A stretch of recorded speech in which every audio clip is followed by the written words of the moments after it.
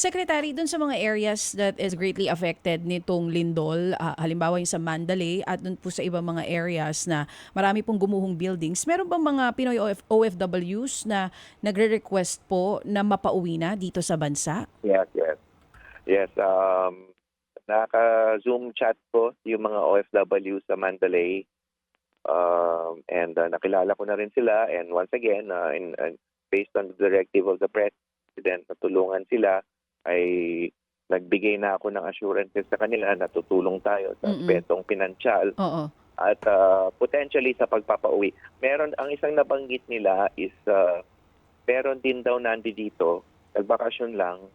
So stranded in a sense na, well, hindi naman sila stranded kasi nasa Pilipinas sila, but hindi nila makabalik kasi nga sa sitwasyon doon. So tutulungan din namin kahit yung mga nandirito Oo, na hindi makabalik na nagbakasyon lang, na tiyempo lang na nandito nung nagkaroon ng lindol. So Oo. tutulungan din namin sila. So kinukuha lang namin, kinakalap lang namin yung mga pangalan. So rest assured, we are in touch with the OFWs in Mandalay mo kasi yun naman mostly na tamaan, and providing the necessary. We have committed to provide the necessary assistance under our action fund as directed by the President. Oo. Ilan po mga Pilipino yung nagre-request, if you have the numbers, Secretary, na gusto na makauwi dito?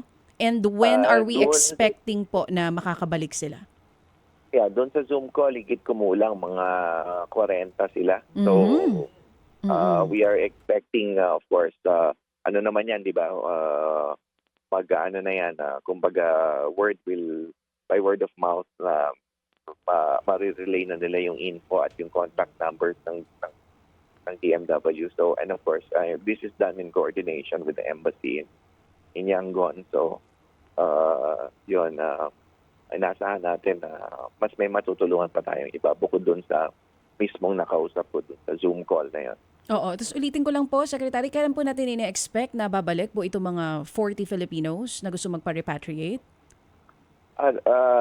Itong 40 Filipinos are not necessarily all returning. So, iba sa kanila pauwi, iba sa kanila nando doon pero kailangan lang ng tulong pinansyal gawa ng nahinto ang trabaho.